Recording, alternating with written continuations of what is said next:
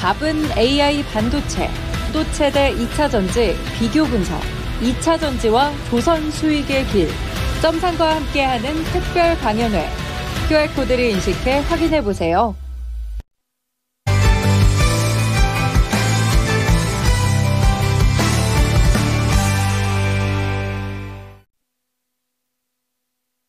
네, 오늘은 첫 번째로 경제 이슈에 보는 이코노미 클럽 시간입니다. 함께해 주실 분은 주식회사 플래터의 김덕호 대표님 모셨습니다. 대표님 어서 오세요. 네, 반갑습니다. 네, 오늘은 그럼 대표님과 함께 어떤 이슈 공부하게 될지 오늘의 주제부터 함께 만나보겠습니다. 네, 뒤에 있네요. 정부발 증시 변동성이 커지고 있는데 밸류업과 공매도에 대한 향방까지 저희가 점검을 해보겠습니다.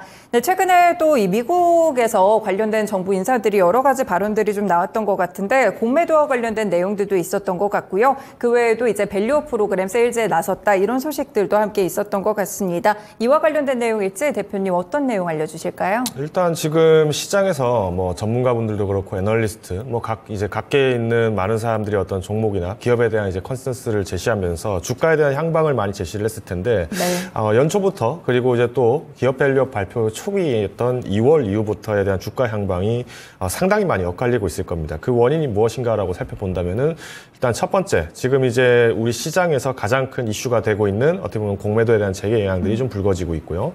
두 번째는 여기에 더불어서 이제 기업 밸류업 프로그램이라고 하는 그러니까 기대감은 굉장히 많은데 여기에 대해서 명확한 실체가 없는 현상들이 나오다 보니까 사실 증시에서는 방향성 없이 그냥 굴러만 가고 있다. 이런 이미지들이 굉장히 많습니다. 그래서 네. 저는 이 부분을 조금 주목을 많이 하고 있는데 일단 어제죠. 20일에 이제 대통령실에서는 공매도 관련돼서 우리가 진행하지 않겠다라고 얘기를 했었는데 이게 5월 16일 날 그러니까 이제 지난 일주일, 2주 전쯤에 이제 나왔던 얘기가 일주일 전에 나왔던 얘기가 이병현 금감원장께서 또 이제 미국에서 이제 기업 밸류업 프로그램 관련해서 IR를 하면서 여기에 이제 6월에 공매도 재개 가능성을 지금 검토를 하고 있다라는 네. 발언을 했습니다. 그러니까 이게 이제 그 자리에서 공식적으로 이제 발표를 한 자리가 아니라 그 뒤에 바로 이어져 있는 기자회견 때 이제 거기서 얘기를 하다 보니까 그러니까 파급력이 꽤 커진 거라고 저는 보고 있습니다. 그러니까 5월 16일 날 이제 뉴욕 콜레드 다운타운 호텔에서 이제 인베스트 K 파이낸스 투자 설명회를 이제 할 때 이런 얘기가 나왔는데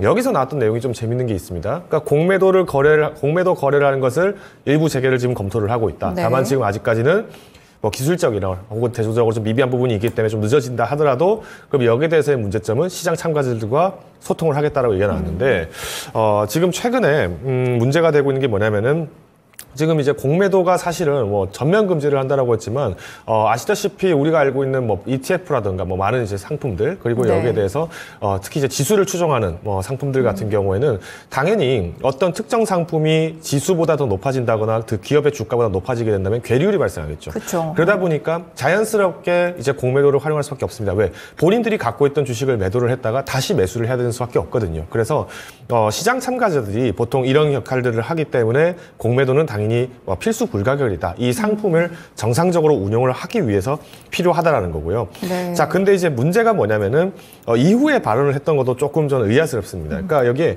주주들의 이익에 적극 대변하는 행동주의 활동은 도와야 한다라고 발언을 했는데, 네. 자, 그러면 우리가 행동주의라는 단어만 들으면 경기를 일으키시는 분들도 계세요. 과거에 이제 행동주의 펀드들이 특히나 이제 헤지 펀드들이 시장의 교란을 굉장히 많이 일으켰었고, 네. 여기에 따라서 이제 기업의 이윤들과 그리고 투자자들의 이윤의 손실도 굉장히 많이 났었는데 시장에서는 항상 중요한 게 여기 주주들이기 때문에 우리 개인 투자자들을 보호하려는가 이렇게 생각할 수도 있습니다만은 이거는 이제 금융의 원칙입니다. 한 명, 그러니까 100명, 1000명의 투자자 보호보다는 100명, 예를 들어서 1000명의 투자자가 1000억을 투자했다고 칩시다.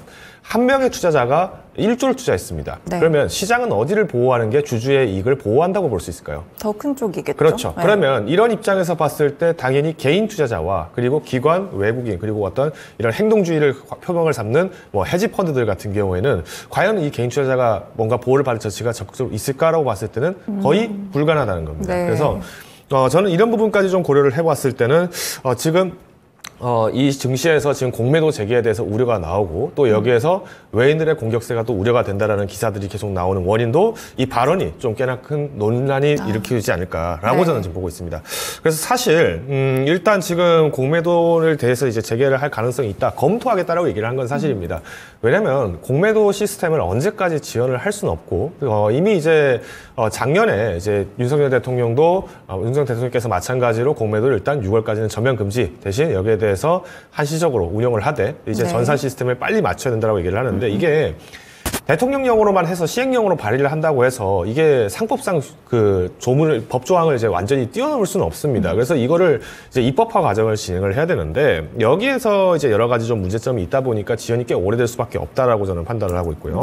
네. 더불어서 이제 우리가 그러면 이제 이 이보경 금감원께서 이 주식 쪽뿐만 아니라 다른 뭐 암호화폐 시장이라든가 우리가 이제 흔히 말하는 비트코인 ETF나 이런 것들도 논의가 됐냐 이것도 좀 찾아보면은 지금 미국이 SEC 그러니까 이제 증권거래위랑 또 이제 소통을 하고 있지만 우리나라의 비트코인 현물 ETF가 들어가는 건 아직까지 좀 고민 중이다라고 얘기했습니다. 그러면 네. 당장 뭐 금감원 입장에서는 ETF도 돌입을 해야 될 것이고 뭐 여러 가지 고민들을 하겠죠. 그러다 보니까 이걸 지금 당장 들기가 좀 꽤나 어렵다라는 겁니다. 그러면 일단 어쨌든 대통령실에서는 공매도는 일단 하지 않겠다. 지금 아직까지는 시간이 필요하다라고 지금 일단 입막음을 한 상태인데 네. 중요한 건 뭐냐면은 그럼 지금 이보경 금감원장하고 윤석열 대통령하고 얘기가 하는 게 다른데 이거 어떻게 봐야 됩니까? 일단 두 분 다 과거 이제 2003년도에 론스타가 이제 외환은행을 인수할 당시에 헐값 논란을 했을 때 그 당시에 부실 여부를 착수했던 팀이 그 당시 이제 대검찰청에 있었던 이제 윤석열 대통령이 당시는 이제 수사팀장을 이렇게 해서 팀을 꾸렸을 때 당시 팀원입니다. 그러니까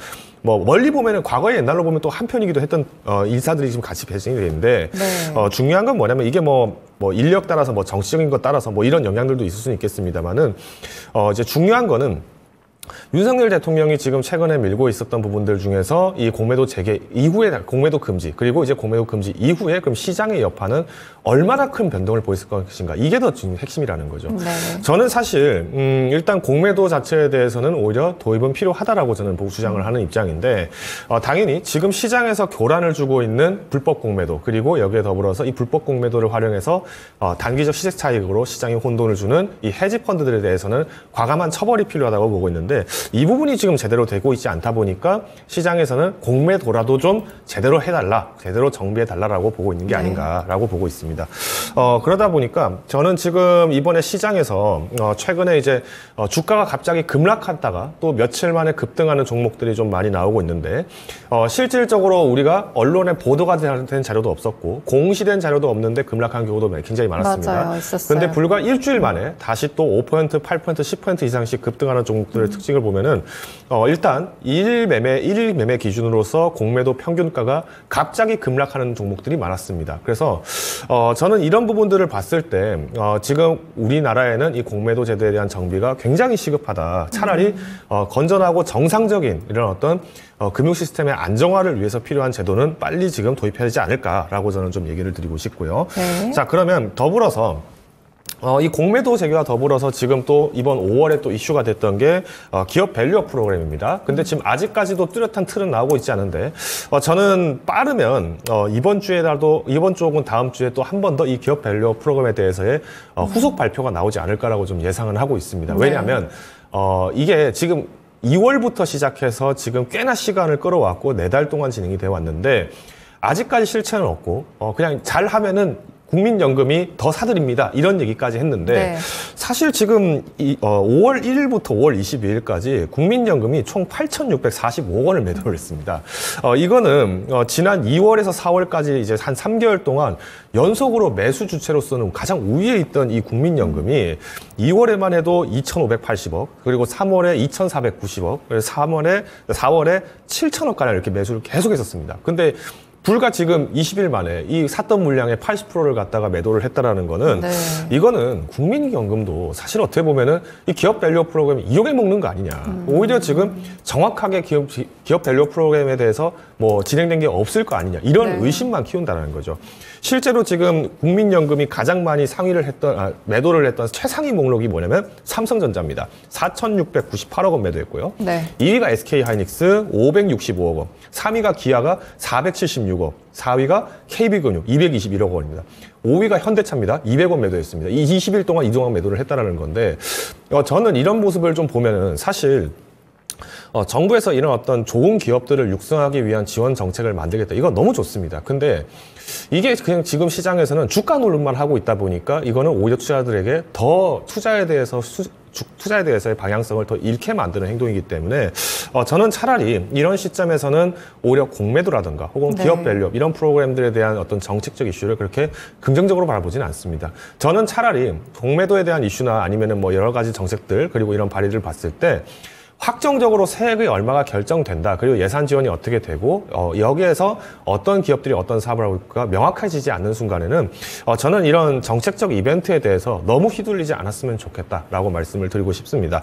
결국은 이 공매도라는 것도 단기적으로 지금 주가가 과열 상태이기 때문에 이 부분을 원상복귀시키려고 하는, 그러니까 즉 우리가 과열 투자를 막기 위해서 하는 과잉 투자, 과열 투자를 막기 위해서 이 투기 행동을 제한하기 위해서 만들어진 정책입니다. 그러다 보니까 오히려 저는 기존에 매수하셨던 분이라 하더라도 결국은 이 기업에 대한 컨센서스 그리고 기업에 대한 밸류에이션이 바뀌지 않는 한 그리고 펀더멘털이 더욱더 튼튼한 기업이라면은 당연히 여기에서의 주가는 회복이 가능하다고 봅니다. 그래서 저는 물론 이 주가가 회복되는데 기다리는 투자자들의 고충들도 충분히 공감을 하고 있습니다만은 이런 시점에서 우리가 너무 많은 이벤트에만 휘몰아치면서 엮여있지 말자라고 좀 요약을 드리겠습니다. 네, 알겠습니다. 최근에 있었던 이복현 금감원장의 공매도 관련된 발언들과 더불어서 밸류업 프로그램 정말로 실체가 좀 있는 건지 소극적인 분석까지 함께 좀 들어봤습니다. 결국에는 돌고 돌아서 가장 기본기가 튼튼한 종목들을 보는 게 이런 시장에서는 조금 더 중요하다 이렇게 또 말씀을 주셨는데요.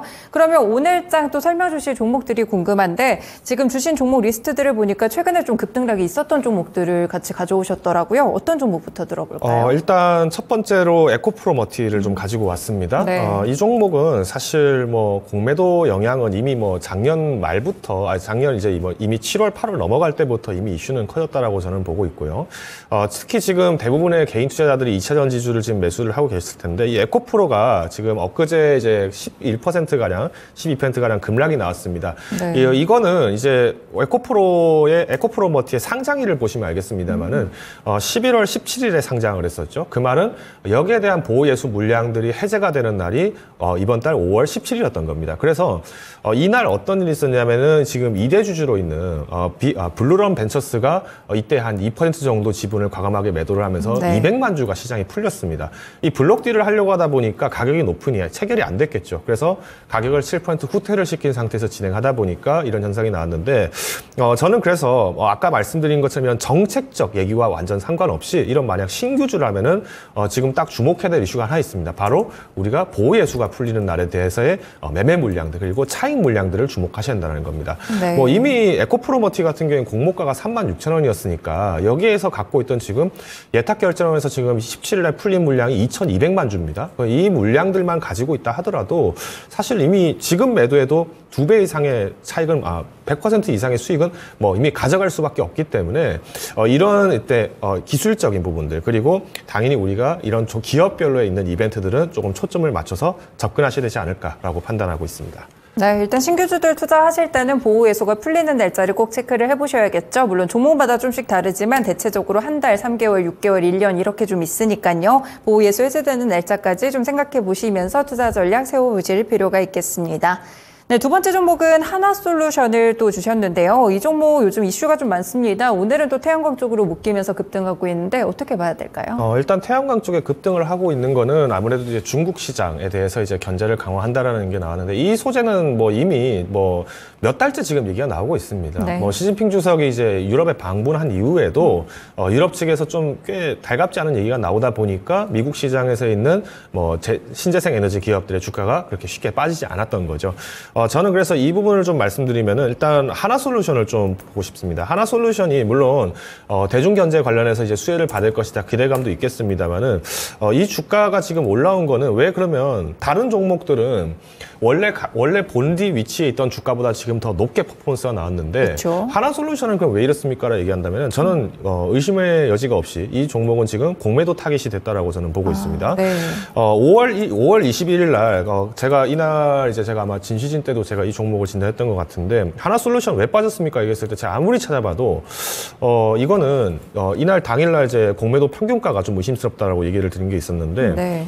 자, 전날까지만 하더라도 31,000원에 이렇게 평균 거래가가 있었고, 31,890원. 근데 실제 종가는 31,800원. 이 말은, 오히려 지금 공매도가가, 평균가가 실제 주가보다, 종가보다 더 높게 측정돼 있죠. 이거는 AP들, 그러니까 시장 참가자들이 이제 이 상품 운용을 하기 위해서, 이 가격 정도까지는 조정이 됐을 때, 우리가 이 상품이 정상 운용이 가능하다고 판단했을 가능성이 높습니다. 근데, 오히려 이제, 장이 이제 시작되고 나서 다음 날에 28,000원까지 공매도가 걸렸는데 이거는 이 당시에 어떤 속보도 없고 공시도 없고 언론에서 나온 기사도 없었습니다. 맞아요. 네. 그리고 심지어 후에 나온 기사가 하나 있긴 한데 이 기사에서도 얘기를 한 게 뭐였냐면은 일단 하나솔루션이 1분기 때 영업 적자가 꽤 많이 났다. 그래서 여기에서 이제 현금성 자산을 확보하려고 하는 과정에 있다 보니까 주가가 떨어진 것 같다라고 그냥 피셔를 써놓은 겁니다. 네네. 근데 아이러니한 것은 뭐냐면은 22일 날 공매도 금지 우리 그런 거 안 한다. 공매도 재개 그런 거 안 한다. 우리 공매도 또 기다릴 거다. 얘기하자마자 이 주가가 이렇게 올라왔다라는 거는 아무리 봐도 저는 이 부분들이 좀 기관들이나 혹은 외국인들의 공매도 타깃이 좀 됐기 때문에 좀 매물이 나왔지 않았나라고 보고 있습니다. 네. 그래서 지금 심지어 22일 날 어떤 기사가 나왔냐면은 하나솔루션의 이제 큐셀 부문에 있는 미국 자회사 엔틱이 이제 미국 자회사 엠핀이 또 여기에서 ABS 자산 유동화 증권을 이제 매각을 성공해서 약 3,500억 원을 지금 확보를 했다는 얘기가 이 22일 날 나왔습니다.